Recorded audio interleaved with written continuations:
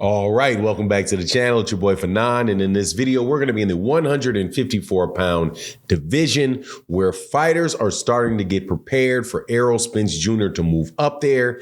In this particular circumstance, it is a fighter, another southpaw fighter, who has definitely suffered some L's in his life, but yet is one of the better fighters at 154. Erickson Lubin saying that is the fight that he wants when Errol Spence Jr. gets to that division after he fights Keith one-time Thurman. Let's talk about that in this video.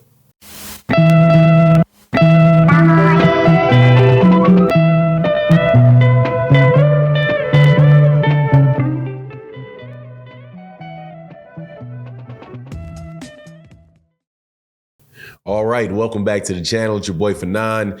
In this video, we're going to be talking about what's going to be happening in the 154-pound division, where we have a bunch of very, very good fights coming up.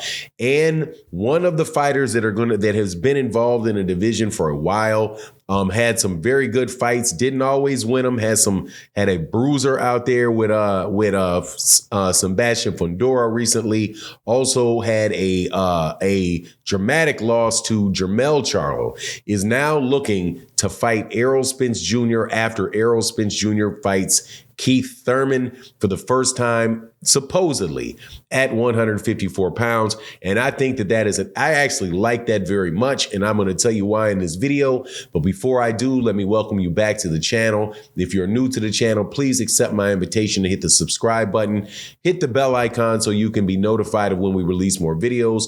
Also, if you're a longtime subscriber and supporter of the channel, thank you for your continued support of the channel with the super chats in the live streams and the super thanks that you guys share on this in videos like this. And to the people that are always here, man, hit that thumbs up, like button. It doesn't cost you anything, and it really does help the channel. So thank you again. But let's get into this.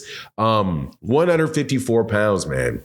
As we know, 147 pounds has been a division that has been very hot over the last 5 or 6 years. Actually, it stays hot, 147. However, we're now at the point where we're starting to see a real changing of the guard at 147 pounds, where fighters, and this happens, throughout boxing, the older fighters get, the more they move up weight classes. I think this is even more prevalent since, now that we don't have just the original 8 weight classes, that there's now, I don't know, whatever, it's 16, 17 different weight classes. So what used to be one weight class, which was, 35.1 to 147, now has 140 in there. So since people basically the weight classes have been cut in half, you're right, the weight span, fighters can stay in those weight classes for a lot less, where a guy may start at his, who would now, start his career at 140.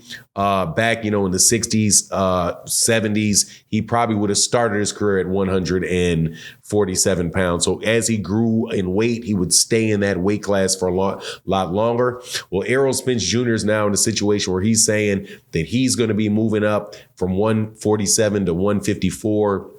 Because it's not fun, nor is it easy to make weight. And it looked like the very first fight for him would be the fight with Keith Thurman, where rumors have it. First of all, it's a rumor that he's fighting Keith Thurman.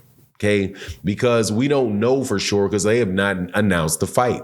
It was ordered by the WBC for them to do the fight, and they never had to go to a purse bid, obviously, because they said that they were, because they had entered into negotiations, and whenever negotiations are extended by both parties, and from what I've observed, the WBC or the sanctioning bodies don't really get involved in it, right? As long as they are in negotiations and they're trying to find a fight date to make the fight. So it looks like that is what the case is. However, barring a fight taking place between Errol Spence and Terrence Crawford after that, Errol's going to stay up.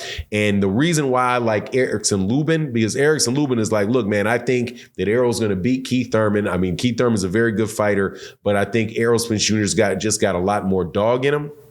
And then he's going to come out of that fight victorious.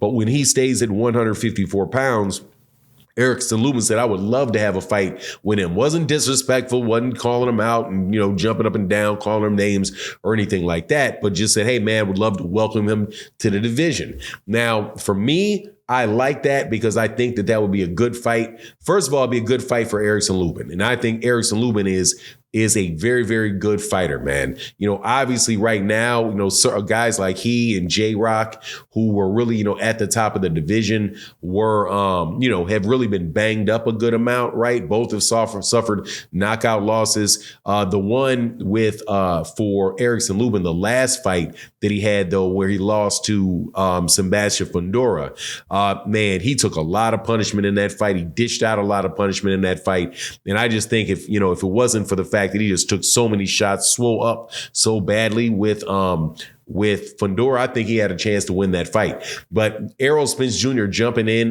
to 154, about that level of fighter, right? Somebody that is beatable for him. It'll be a really interesting matchup too, because it's a southpaw on a southpaw matchup. I don't recall the last time we saw that with Errol. It was going to be the case that he would have done that with Manny Pacquiao, but that fight didn't go through because of his torn retina. However, I like that fight. They're roughly about the same size. Also, when I was paying attention to those guys in the amateurs, they were both the two Americans that were everybody in the amateur circle, at least when I was living in the Kansas City, Missouri area. That when Ringside tournament was there at the time, the people that there were like, oh yeah, the people to watch are going to be Errol Spence Jr.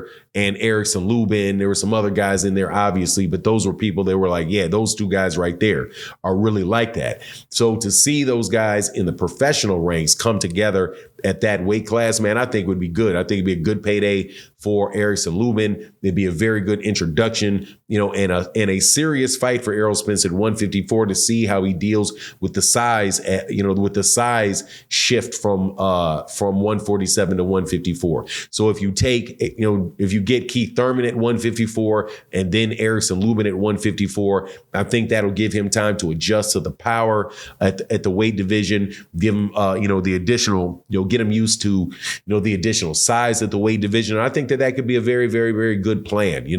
Also at a certain point in time, just so I'm not, ducking the subject or skipping out on that subject, Keith Thurman is heading up to 154 pounds too. And so if and when he gets to 154 pounds, he's going to need guys kind of like that to fight as well. So I would say, the same thing would apply to him. I don't think those guys jump from 147 right to the top of the division with like Jermell or whatever, even though eventually I would love to see that take place. The Jermell and Errol Spence fight take place. Because, I'm a sadist and people are going to get in the comment section and say they can't fight. They've got the same trainer. Yeah, same trainer, but same trainer, same stable. But people do that. People have done that often, and it is what it is. But I think that's one of the best fights that can be made in boxing. So I like to fight. But anyway, I just wanted to let you guys know about that. You give me your thoughts on that in the comment section. Please, love talking to people in the comment section, provided you're not, one of these people that just wake up in the morning and want to kick the dog because you're in a bad mood. It's boxing talk. People just trying to have a good time talking boxing. So please keep it like that. Anyway, thank you guys so much for watching the video. And with that, I'm out. Deuces.